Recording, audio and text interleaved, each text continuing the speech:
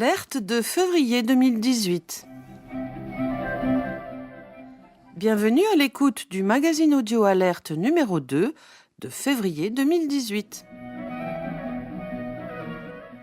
Nous vous présentons l'actualité du mois en matière fiscale, juridique et sociale. Les pauses musicales sont extraites de la danse bohémienne de Bizet.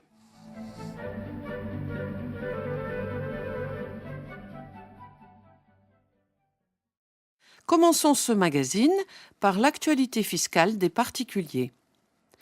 Quotient familial partagé.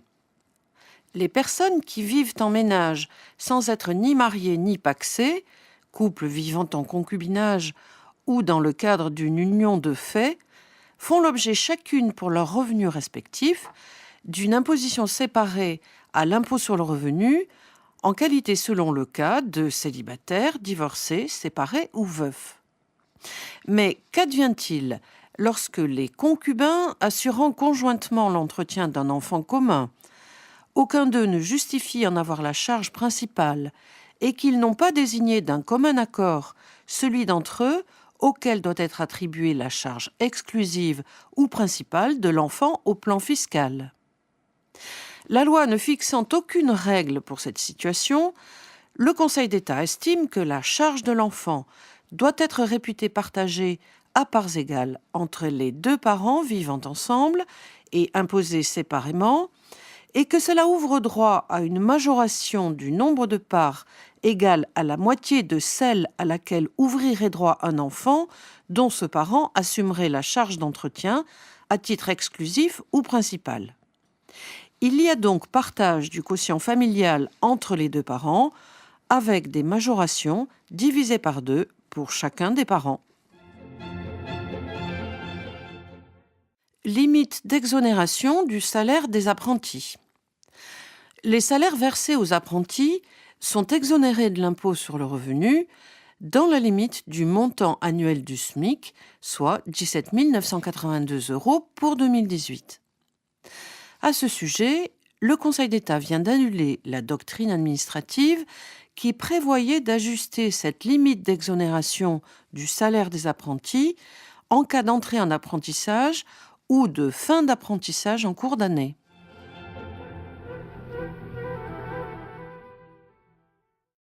Régime de l'indemnité de rupture conventionnelle collective ou de congé de mobilité.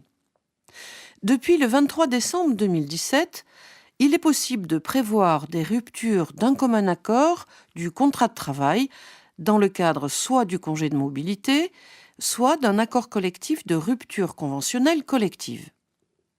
Ces ruptures ouvrent droit à des indemnités qui ne doivent pas être inférieures aux indemnités légales dues en cas de licenciement. La LF 2018 a défini le régime fiscal et social de ces indemnités. Ces indemnités ne sont pas imposables à l'impôt sur le revenu dû au titre de l'année 2017 et des années suivantes.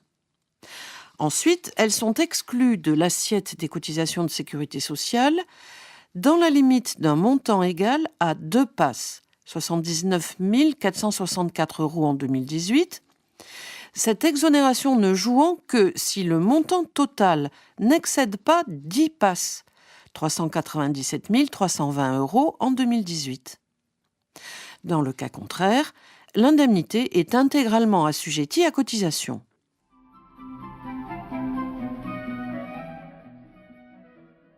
Renforcement temporaire de la réduction d'impôt Madelin et lutte contre les abus.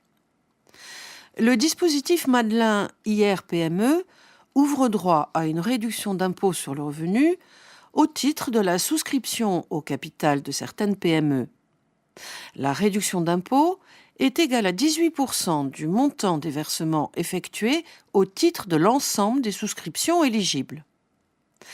Afin d'atténuer les effets de la suppression de la réduction d'impôt ISF-PME, la loi de finances pour 2018 a renforcé temporairement la réduction d'impôt Madelin. Celle-ci est augmentée de 18% à 25% pour les seuls versements effectués jusqu'au 31 décembre 2018. Le taux bonifié de 38% prévu pour les investissements réalisés en Corse et en Outre-mer reste inchangé. À noter qu'un dispositif visant à lutter contre certains abus a été mis en place. Ainsi, le montant des frais et commissions directs et indirects imputés au titre d'un même versement est plafonné.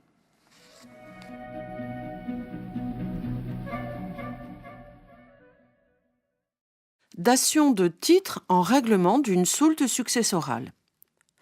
Le Conseil d'État juge que la dation en paiement de titre en règlement d'une soulte successorale constitue une cession à titre onéreux.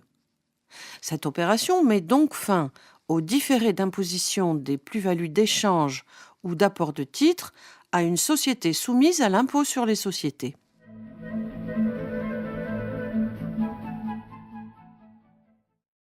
SCI et exonération de plus-value au titre de la résidence principale de l'associé. Vous savez que l'associé d'une société immobilière non transparente qui occupe à titre de résidence principale un immeuble ou une partie d'immeuble appartenant à cette SCI, que celle-ci met en droit ou en fait gratuitement à sa disposition, bénéficie en cas de cession à titre onéreux de cet immeuble ou de cette partie d'immeuble de l'exonération de la plus-value réalisée de la même manière que s'il en avait été lui-même propriétaire. Voici une application de ce principe. Un contribuable est l'unique associé et le gérant d'une SCI. Celle-ci cède un immeuble constituant sa résidence principale. À cette occasion, l'administration, approuvée par une cour d'appel, estime que la plus-value réalisée lors de la cession ne peut pas être exonérée car cet immeuble n'avait pas été mis à disposition du contribuable à titre gratuit, dans la mesure où les apports en compte courant réalisés par le contribuable à la SCI devaient être regardés comme révélant une mise à disposition à titre onéreux. Le Conseil d'État a censuré cette position. En effet, le contribuable avait réalisé des apports en compte courant pour aider la SCI à faire face au remboursement mensuel des emprunts contractés par la SCI pour financer l'acquisition de l'immeuble.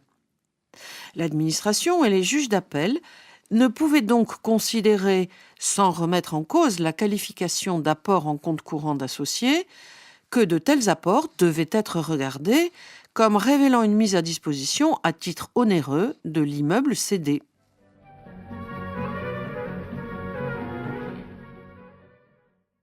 Plus-value de cession de part d'une SCI. La plus ou moins value réalisée lors de la cession de part d'une société soumise au régime fiscal des sociétés de personnes doit être calculée en ajustant le prix de revient des parts afin d'éviter que la cession se traduise par une double imposition ou une double déduction des résultats précédemment pris en compte par le cédant. Dans ce contexte, le Conseil d'État estime que, pour le calcul de la plus-value sur cession de part d'une SCI, il y a lieu de majorer la valeur d'acquisition de ces parts par l'associé de la quote-part lui revenant d'une plus-value immobilière non imposable réalisée par la SCI. Présenté schématiquement, le mécanisme de correction tel que complété par cette décision du Conseil d'État consiste donc à ajouter au prix de revient des parts la somme algébrique des trois éléments suivants: les bénéfices, y compris les plus-values imposées, les pertes comblées par l'associé et les bénéfices, y compris les plus-values non imposées, en application d'une disposition par laquelle le législateur a entendu accorder un avantage fiscal définitif. Et puis, il faut minorer le montant obtenu des bénéfices répartis et des déficits, y compris les moins-values déduits, sauf ceux trouvant leur origine dans une disposition par laquelle le législateur a entendu accorder un avantage fiscal définitif. Ce schéma est, selon nous, transposable aux plus-values sur cession de titres de toutes les sociétés de personnes.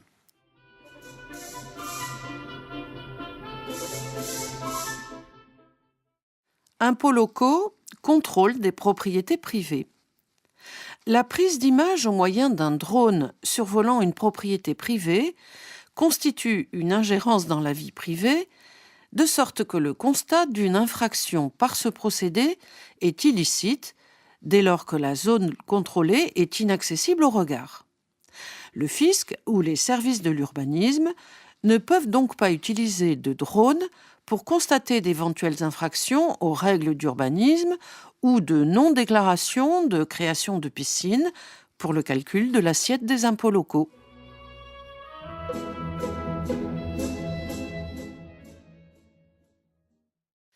BNC, travaux utiles à l'activité sur des locaux loués.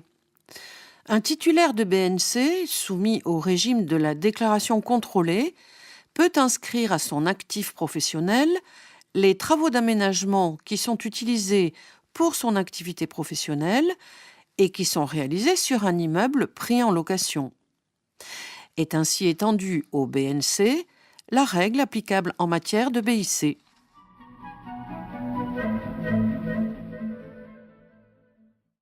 CIR et protection des attaques informatiques. Une société a engagé en 2017 des frais pour se protéger contre le vol de données et des attaques informatiques.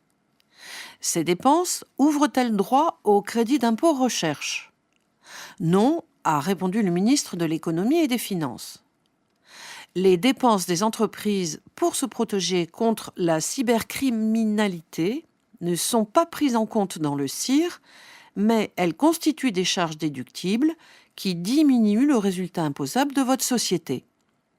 Par contre, si l'activité de l'entreprise est de concevoir des prototypes ou des installations pilotes de nouveaux produits pour lutter contre la cybercriminalité et les cyberattaques, les dépenses d'innovation qu'elle engage sont quant à elles éligibles au CIR.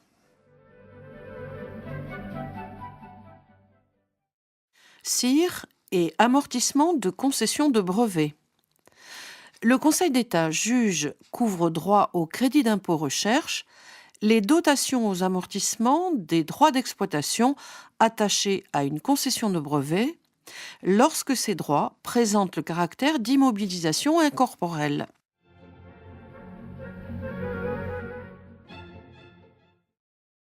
TVA et para-hôtellerie. Vous savez qu'une location meublée peut être soumise à la TVA, avec pour corollaire la déduction de la taxe d'amont, si l'exploitant offre, en plus de l'hébergement et dans des conditions similaires à celles proposées par les établissements hôteliers exploités de manière professionnelle, au moins 3 des prestations annexes suivantes: le petit déjeuner, le nettoyage régulier des locaux, la fourniture de linge de maison et la réception, même non personnalisée, de la clientèle. L'exploitant peut-il avoir recours à un tiers pour réaliser ces prestations sans perdre le bénéfice de la taxation ? Oui, pour le Conseil d'État, la circonstance que les prestations en cause soient fournies par un tiers ne fait pas obstacle à la taxation, dès lors que la prestation est proposée dans des conditions similaires à celles proposées dans le secteur hôtelier et que l'exploitant demeure seul responsable des prestations vis-à-vis de ses clients.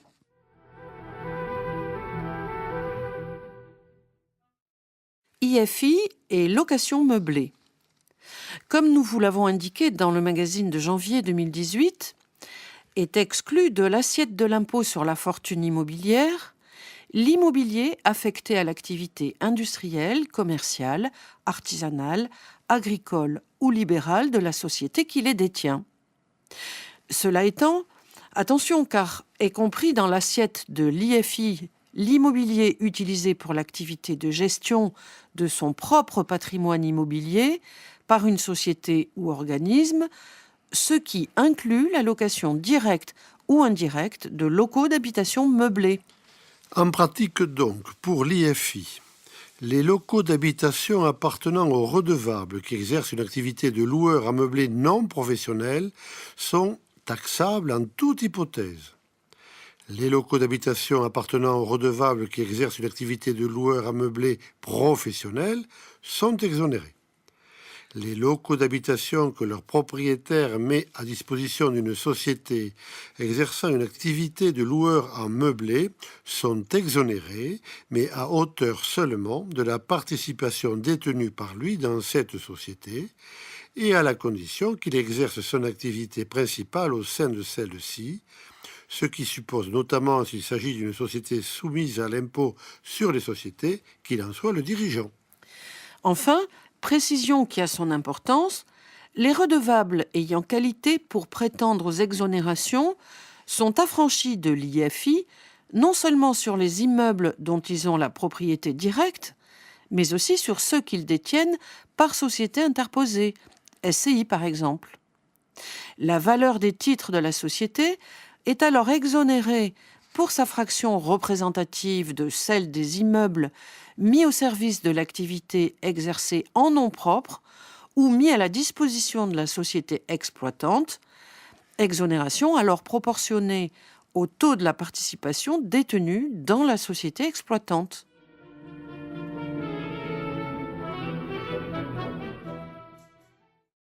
Actualité juridique du mois. Part sociale. Des parts sociales remises en échange de parts acquises avant le mariage sont des biens propres. Ainsi, lorsque des parts d'une SCP qu'un associé marié sous le régime de la communauté de biens a acquises avant son mariage ont été échangées contre d'autres après celui-ci à la suite d'une fusion, les parts reçues en échange restent des biens propres par l'effet de la subrogation. Révocation sans juste motif d'un membre du directoire d'une SA. Un membre du directoire d'une société anonyme pensait prendre la succession du président du directoire en place. Mais ses espoirs ont été remis en cause par un projet de fusion de la société avec une autre et il a décidé de quitter la société. Cette dernière lui propose alors de négocier un départ amiable. Les négociations n'ayant pas abouti, le conseil de surveillance le révoque, invoquant notamment son refus de rester au sein de la société pour permettre une transition harmonieuse. La Cour d'appel de Paris a jugé que cette révocation est intervenue sans juste motif et elle a condamné la société à verser à l'ancien membre du directoire une indemnité de 1,6 million d'euros. Force est de constater que la société a eu une attitude contradictoire en reconnaissant que le membre du directoire avait des raisons de partir et en lui proposant de négocier son départ pour ensuite lui reprocher son attitude et le révoquer.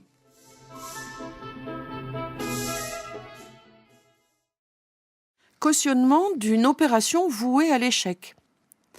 Par un arrêt important, la Cour de cassation a clarifié sa jurisprudence sur l'obligation de mise en garde incombant à la banque envers la caution non avertie. La banque est tenue à un devoir de mise en garde à l'égard d'une caution non avertie lorsque, au jour de son engagement, celui-ci n'est pas adapté aux capacités financières de la caution ou lorsqu'il existe un risque de l'endettement né de l'octroi du prêt garanti, lequel résulte de l'inadaptation du prêt aux capacités financières de l'emprunteur. Après avoir posé ce principe, la Cour de cassation a jugé qu'une banque avait manqué à son devoir de mise en garde envers le gérant d'une société qui s'était porté caution d'un prêt consenti par la banque à la société en vue de financer l'acquisition d'un fonds de commerce. La caution n'était pas avertie et l'opération était vouée à l'échec dès son lancement. Il importait peu que l'engagement de la caution soit adapté à ses capacités financières lors de sa souscription. Il faut donc mémoriser que l'octroi d'un prêt qui n'est pas adapté aux capacités financières de l'emprunteur crée un risque d'endettement qui justifie à la fois une mise en garde de la caution et une mise en garde de l'emprunteur.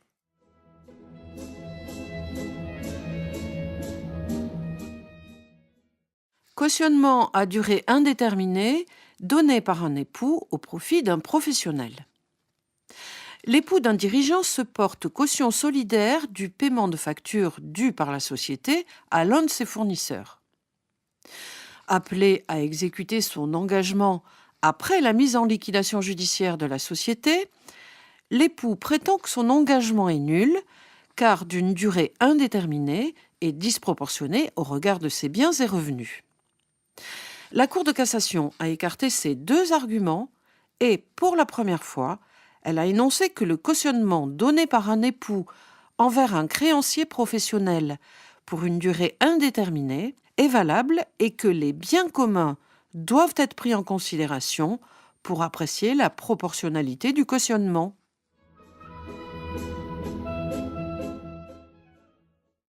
Activité professionnelle accessoire et crédit immobilier sont exclus du champ d'application des dispositions du Code de la consommation sur le crédit immobilier les prêts destinés à financer une activité professionnelle, même accessoire, à une autre activité. Une illustration. Un médecin et sa femme souscrivent un prêt destiné à financer l'achat d'un appartement en l'état futur d'achèvement en vue de sa location. Impayé, la banque les poursuit et se voit opposer l'extinction de sa créance par application de la prescription biennale du Code de la consommation. La Cour de cassation repousse cet argument. Le médecin était inscrit au registre du commerce et des sociétés en qualité de loueur en meublé professionnel. Lui et sa femme avaient procédé à 9 autres opérations similaires avec le concours de plusieurs banques. Le prêt litigieux était donc destiné à financer une activité professionnelle, fût-elle accessoire, exclusive de la prescription biennale applicable aux seuls consommateurs.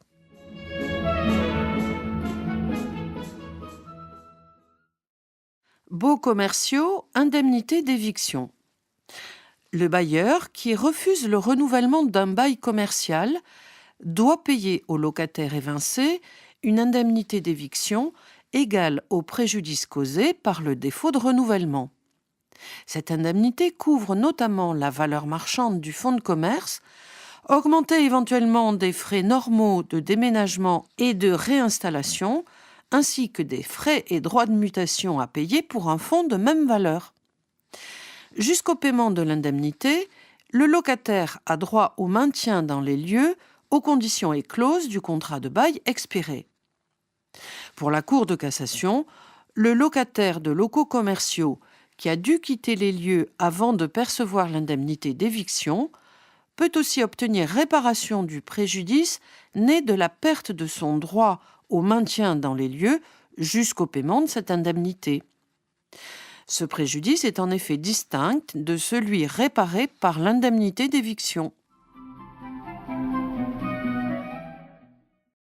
Responsabilité de la construction illégale d'un locataire. Le propriétaire d'un terrain bénéficiant des travaux exécutés par son locataire, sa responsabilité pénale peut donc être retenue en cas de poursuite pour construction illégale réalisée par son locataire. Voici maintenant 4 informations concernant spécifiquement les commissaires aux comptes et les experts comptables. SAS sans commissaire aux comptes. Selon l'Association nationale des sociétés par actions, dans une SAS sans commissaire aux comptes, il est possible d'en désigner un à la seule fin d'établir le certificat prévu en cas d'augmentation de capital par compensation de créances. Prescription de l'action en responsabilité contre un commissaire aux comptes. L'action en responsabilité contre le commissaire aux comptes se prescrit par 3 ans à compter de la date du fait dommageable ou, s'il a été dissimulé, de sa révélation.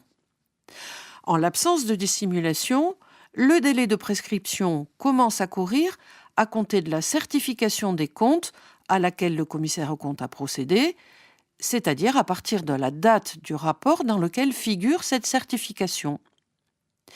En cas de certification fautive des comptes pendant plusieurs exercices par le commissaire aux comptes, chaque certification peut constituer un fait dommageable et faire courir le délai de prescription de 3 ans de l'action en responsabilité contre le commissaire.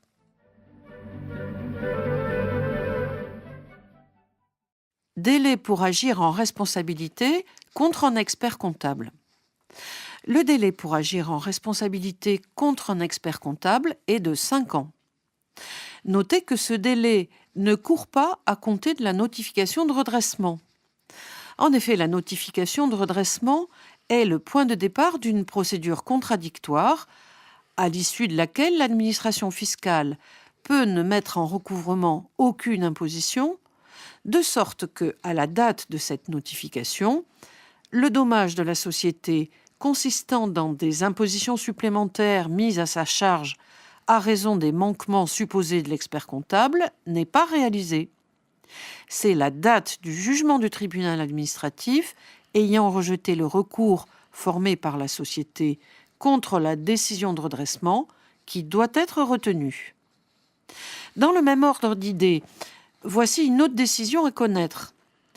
Un redressement fiscal porté sur la TVA à laquelle l'expert comptable avait estimé que la société n'était pas assujettie.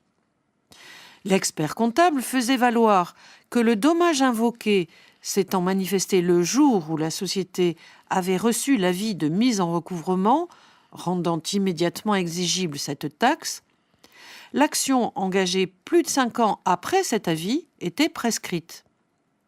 Cet argument est écarté. La société avait contesté la dette de TVA en introduisant un recours contentieux dont le sort n'a été définitivement connu que le jour où la Cour administrative d'appel a rendu l'arrêt rejetant ce recours.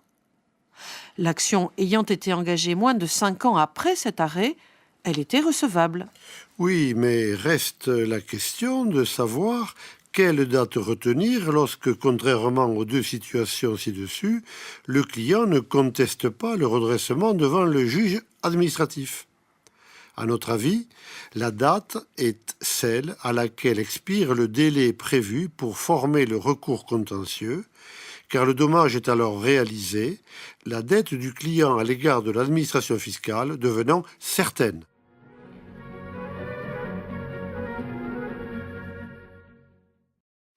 Responsabilité d'un expert comptable.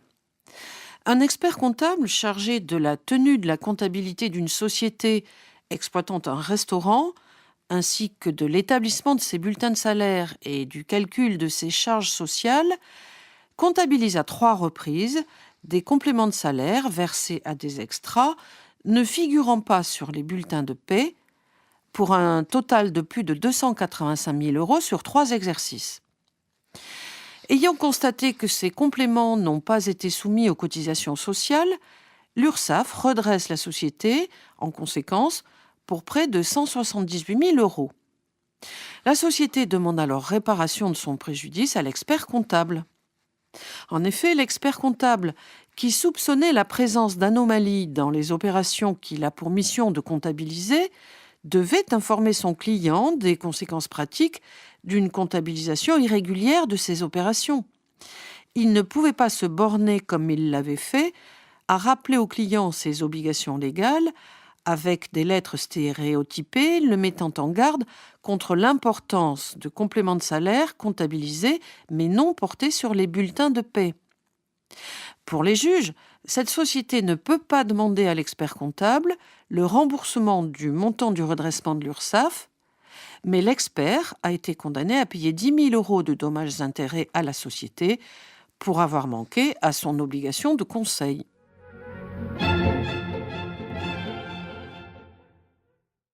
Modalité de rémunération de l'administrateur judiciaire.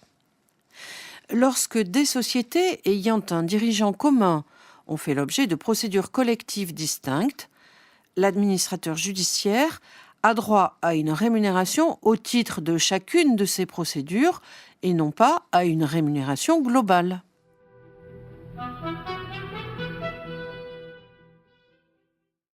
Action en responsabilité contre un liquidateur amiable au profit de la société. Les associés d'une SARL peuvent agir en responsabilité pour le compte de la société uniquement contre les gérants. Cette action dite ut singuli n'est donc pas ouverte à l'encontre d'un liquidateur amiable. La Cour de cassation vient de le confirmer et cette solution peut être étendue à toutes les autres formes sociales pour lesquelles une action sociale ut singuli est prévue. Notons que dans une telle situation, les associés ne sont pas totalement démunis car ils peuvent, y compris après la clôture de la liquidation, demander en justice la désignation d'un mandataire ad hoc qui pourra agir contre l'ancien liquidateur.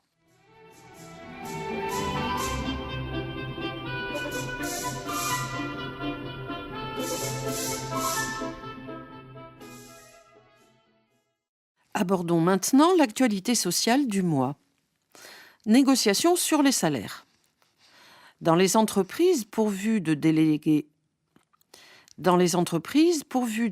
syndicaux, une négociation sur les salaires effectifs doit avoir lieu chaque année, étant précisé que la périodicité de cette négociation peut être modifiée par un accord collectif dans la limite de 4 ans. À défaut de négociation, l'employeur risque une réduction, voire une suppression des allègements de cotisations sociales patronales qui lui ont été accordés. Désormais, une pénalité financière peut, en plus, lui être infligée par le directeur régional des entreprises, de la concurrence, de la consommation du travail et de l'emploi. Cette pénalité peut aller jusqu'à 10% de la réduction générale de cotisations sociales patronales qui a été consentie à l'employeur au titre des années pour lesquelles la négociation sur les salaires effectifs n'a pas eu lieu.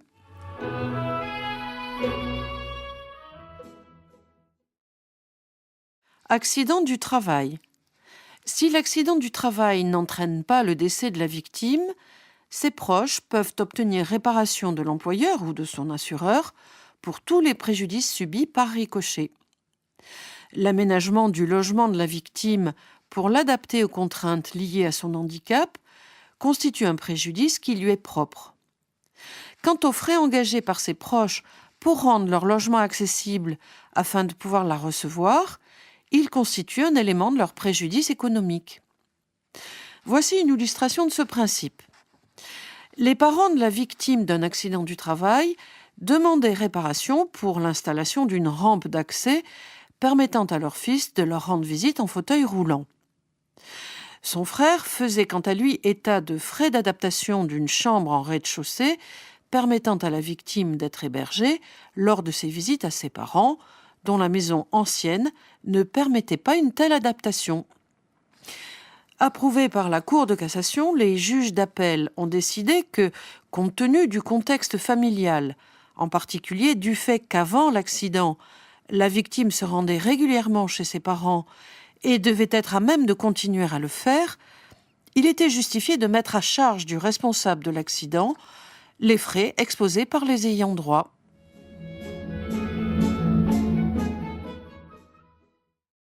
Entrée en application de toutes les ordonnances de 2017. Avec la publication fin 2017 de l'ensemble des décrets d'application des ordonnances du 22 septembre, la réforme du Code du travail peut intégralement s'appliquer depuis le 1er janvier 2018. Ainsi, les nouvelles règles de motivation du licenciement sont opérationnelles, des modèles de lettres proposés par l'administration pouvant être utilisés pour le notifier. Nous allons y revenir dans un instant. Des départs volontaires de salariés dissociés de toutes difficultés économiques peuvent être mis en œuvre dans le cadre d'un congé de mobilité ou d'un accord majoritaire portant rupture conventionnelle collective. Des élections peuvent être organisées pour mettre en place le CSE, les règles de fonctionnement et attribution de cette instance étant définies. Le ministère du Travail a mis à la disposition des employeurs les formulaires CERFA relatifs à cette élection. La négociation collective peut s'opérer selon de nouvelles règles, donnant la primauté aux accords d'entreprise et permettant une négociation dans les plus petites d'entre elles, y compris si elles sont dépourvues de représentation syndicale. Et enfin, l'accord de compétitivité a vu le jour.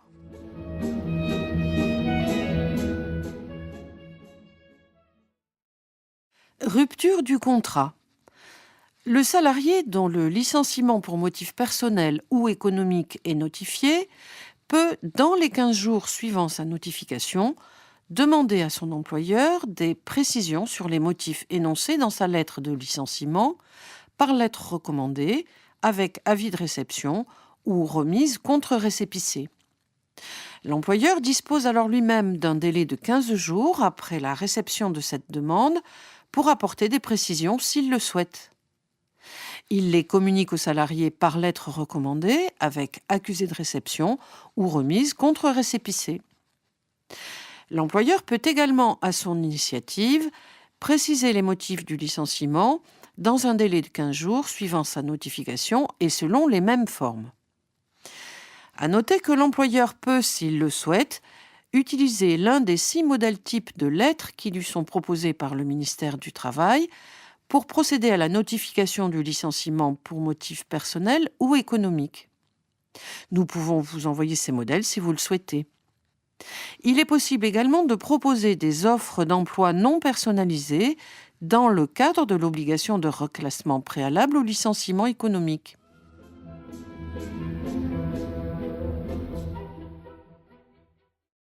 Prise d'acte d'une rupture du contrat de travail. Lors d'une période où des changements étaient en cours dans une entreprise, l'employeur avait laissé un salarié dans l'expectative sur la nature et le périmètre de ses missions, sans apporter aucune réponse concrète à ses demandes légitimes. Ce comportement a été jugé de nature à empêcher la poursuite du contrat de travail et à faire produire à la prise d'acte de la rupture par le salarié les effets d'un licenciement sans cause réelle et sérieuse.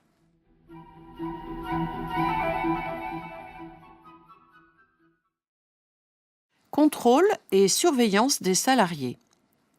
L'employeur doit faire preuve de transparence et de loyauté dans l'exercice de son droit de contrôle et de surveillance de l'activité de son personnel durant le temps de travail. Il ne peut collecter d'informations concernant personnellement un salarié au moyen d'un dispositif de contrôle n'ayant pas été porté préalablement à la connaissance de l'intéressé. Si une entreprise fait appel à des personnes extérieures pour surveiller ses salariés, à leur insu, le rapport de ces personnes extérieures constitue un moyen de preuve illicite. Doit donc être annulée la sanction infligée à un chauffeur de bus licencié pour faute grave après que des contrôleurs ont constaté l'absence de respect des consignes données par l'employeur concernant son trajet et, plus grave encore, plusieurs infractions au code de la route. Un tel licenciement n'est pas fondé car les éléments établissant les faits reprochés aux salariés ont été obtenus de manière déloyale sur la base de rapports d'agents assermentés extérieurs à l'entreprise, embarqués dans le véhicule sans révéler leur présence. Obligation de loyauté. La création par un salarié d'une société dont l'activité est directement concurrente de celle de son employeur constitue une faute grave du fait du manquement à son obligation de loyauté. Notez à ce sujet que l'existence ou non de manœuvres déloyales ou de détournement de clientèle importe peu pour caractériser le manquement du salarié à son obligation de loyauté.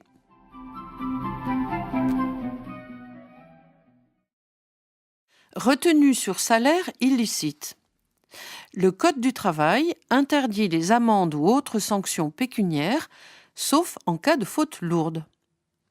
Par suite, est illicite la retenue opérée par l'employeur sur le salaire d'un attaché commercial au titre de la réparation du véhicule de fonction de l'intéressé rendu nécessaire à la suite d'un accident de la circulation dont il était responsable.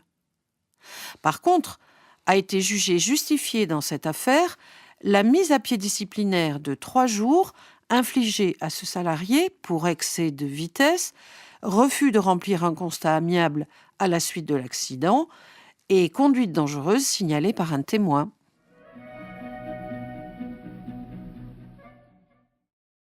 Travail dissimulé et entraide amicale.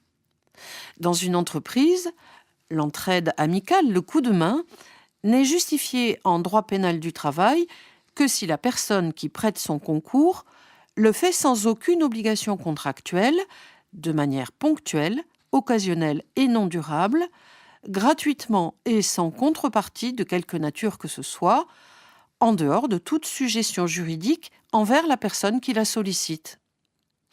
Lorsque ces conditions ne sont pas réunies, l'activité concernée peut caractériser une dissimulation d'emploi salarié. A ainsi été jugé coupable du délit de travail dissimulé l'employeur qui a omis de procéder à la déclaration nominative préalable à l'embauche de plusieurs personnes dont l'activité, fût-elle bénévole, était régulière, nécessaire au fonctionnement de la société, organisée et effectuée sous sa direction.